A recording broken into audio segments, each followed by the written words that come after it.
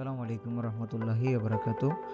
আজকে আমরা ভিডিওতে তোমাদের সাথে শেয়ার করব একটি powerful breakout and breakdown trading strategy, যেটা বিগিনারদের জন্য ইজি, কিন্তু প্রপার ডিসিপ্লিন মানলে, ফলো করলে, বুঝলে, শিখলে, করলে তোমরা পাওয়ারফুল এবং প্রফেশনালদের বড় বড় ট্রেডারদের মতো প্রফিট বের করে আনতে পারবা, যেটা আমি করি এবং আমার যেটা পাওয়ারফুল স্ট্র্যাটেজি, যেটা আমি নিজেই ইউজ করি। আমি যখনই আমার ট্রেডিং জার্নিটা শুরু হয়েছে তখন আমি এই স্ট্র্যাটেজিটা ইউজ করে অনেক ভালো পাওয়ারফুল বড় বড় প্রফিট জেনারেট করেছি, যেটা তোমরা স্ক্রিনশটে দেখতে পারতেছো। তো এই স্ট্র্যাটেজি দিয়ে ব্রেকআউট অ্যাভয়েড করতে পারবা এবং প্র্যাকটিস করলে ইজিলি এটাকে তোমরা আয়ত্ত করতে পারবা, এবং পারফেক্ট এন্ট্রি কোথায় হয় এবং পারফেক্ট ব্রেকআউট এবং পারফেক্ট ব্রেকডাউন কোথায় হয় সেটা তোমরা খুঁজে বের করতে পারবা। তার সাথেও আরও খুঁজে পারতে পারো তোমরা স্মার্ট ট্রেডিং কীভাবে করে। স্মার্ট মানে যারা বড় বড় লেভেলের ক্যাপিটাল করে, 1 মিলিয়ন 2 মিলিয়ন, যারা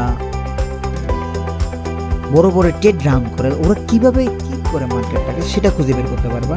তবে ভিডিওর শেষ পর্যন্ত দেখো, কারণ আমি লাইভ চার্টে এক্সপ্লেন করে পুরো সেট আপটা তোমাদেরকে দেখাবো। প্লিজ কোনো ভিডিও তোমরা স্কিপ করবা না, এটাকে তোমরা সময় নিয়ে দেখো। ভাই, টাইম দাও, সময় দাও, নিজের প্রতি কেয়ার হও। স্কিপ করার কোনো সময় নেই। যদি সময় না থাকলে তুমি এটাকে ডাউনলোড করে সেভ ফাইলে রেখে দাও। যখন তোমার টাইম হবে, যখন মনে হবে আমার লাইফটাকে আমি চেঞ্জ করব, তখন তুমি এই ভিডিওটা দেখাও, স্টার্ট করো। চলো শুরু করি। তো আজকের প্রথম পার্ট হলো ব্রেকডাউন কি। নোট করো, একটা খাতা নাও, একটা কলম নাও। আমি আবারও বলি, একটা খাতাও না, একটা কলম নাও। ব্রেকডাউন কাকে বলে, ব্রেকআউট কাকে বলে? প্রথম লেখো, ব্রেকআউট হলো যখন প্রাইস রেজিস্ট্যান্স লেভেলের উপরে স্ট্রং ক্যান্ডেল দিয়ে ব্রেক করে, তখন তাকে ব্রেকআউট বলে। আবার যখন প্রাইস রেজিস্ট্যান্স লেভেলের উপরে স্ট্রং ক্যান্ডেল দিয়ে ব্রেক করে, তাকে ব্রেকআউট বলে।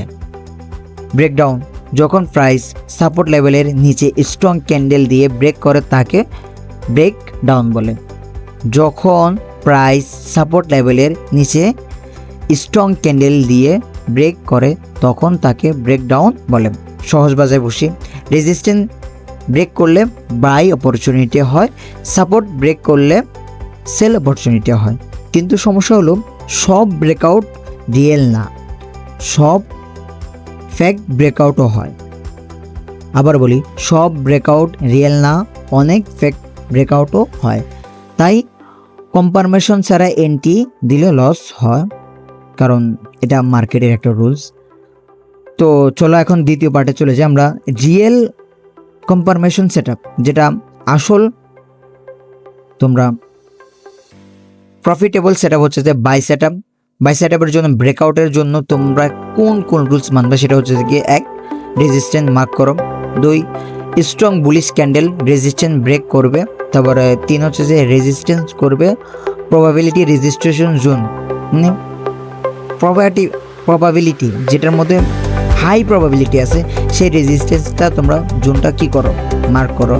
রিটেস্ট এবং বুলিশ কনফার্মেশন ক্যান্ডেল খুঁজে বের করো। তারপরে এন্ট্রিটা নিবি যে বাই ব্রেক আউট করলে। তারপরে সেল সেটআপে থাকবে যে কি তোমাদের জন্য সাপোর্ট মার্ক করো। তারপর strong bearish candle support mark করো। তারপরে রেজিস্ট্যান্স জোন তোমরা মার্ক করো। তারপর 4 নম্বর হচ্ছে যে বেয়ারিশ কনফার্মেশন ক্যান্ডেল খুঁজে বের করো। 5 নম্বর হচ্ছে এন্টি সেল, এন্ট্রি থাকবে সবসময় সেল। গোল্ডেন রুলস হচ্ছে এটা, no retest no trade. Market যদি রিটেস্ট না করে, এভাবে একটা রিটেস্ট মার্কেট যদি না আসে, কখনো তোমরা এন্ট্রি দিবা না। তো আমরা যদি এই লেভেলটাতে দেখি, এই যে একটা সাপোর্ট লেভেল, রেজিস্ট্যান্স লেভেল, এটা স্ট্রং কি দিছে, স্ট্রং একটা বাই ক্যান্ডেল দিছে, বুলিশ মারবুজো এখানে ছিল। তো আমরা বলি no retest no trade. Golden no retest no trade, এখানে কিন্তু রিটেস্ট নিয়েছে। রিটেস্ট নেওয়ার পরে সেটা আবার মার্কেট এখান থেকে তুমি স্ট্রং ক্যান্ডেল পাইছো, এখান থেকে স্ট্রং ক্যান্ডেল পাইছো, এন্ট্রি এখানে হয়েছে, তুমি এর এর এই সেল পর্যন্ত এখানে কতটুকু হয়েছে রিটেস্ট পর্যন্ত তুমি একটা কি নিতে পারো। তুমি এখান থেকে এখান থেকে একটা কি নিতে পারো, এসএল নিতে পারো, যেটা হচ্ছে যে তোমার জন্য এখানে তুমি এসএলটা বসাও, এন্ট্রিটা হবে যে এখানে, এন্ট্রিটা এখানে হবে, এসএল হবে যে তোমার এই যে রিটেস্টের লাস্ট পর্যন্ত তুমি 1:2 ইজিলি বুক করে গেলাম।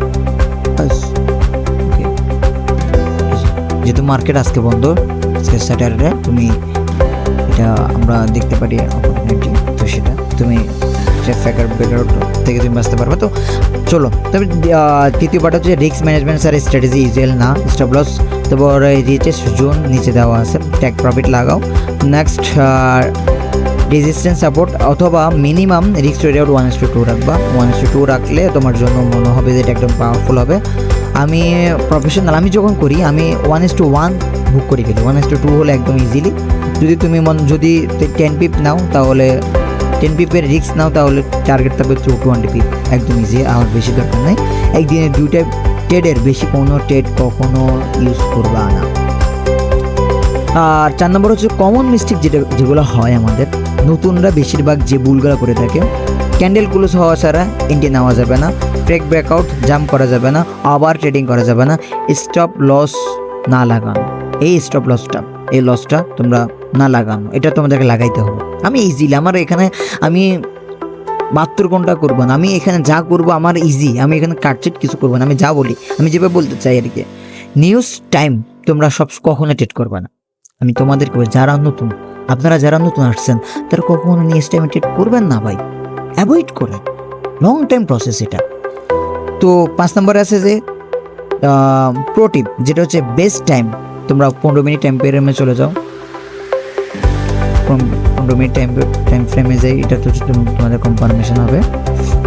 তারপর 1 হারো হয়েছে তোমার জন্য মানে ডাইরেকশন কনফার্মেশন, তুমি এখানে কনফার্মেশন নেবে এটা আসলে রিয়েল ব্রেক আউট কিনা। আমরা যদি এটা দেখি 1 আওয়ারতে যদি 1 ঘন্টা টাইম ফ্রেমে দেখি যে না এটা রিয়েল ব্রেকআউট, মার্কেটটা রিয়েল ব্রেকআউট হয়েছে, এটা একটা হেড অ্যান্ড শোল্ডার, এটা এখান থেকে একটা হেড অ্যান্ড শোল্ডার দেখা যাচ্ছে, head and shoulder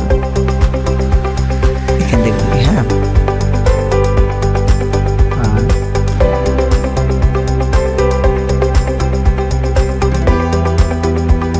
R high higher low, higher date দেবো, এটা হেড অ্যান্ড শোল্ডার, এটাই হচ্ছে হেড শোল্ডার, এটা একটা বাই অপরচুনিটি হিসেবে, তো তোমরা সেটা করতে পারো। আর বেশ সবসময় খেয়াল রাখবা, বেশ সেশন হচ্ছে যে London session, new York session, এবং ইন্ডিকেটর হচ্ছে ভলিউম থাকবে তোমার জন্য 200 ইউএমএটা ইউজ করতে পারো, যেটা আমি ইউজ করি না।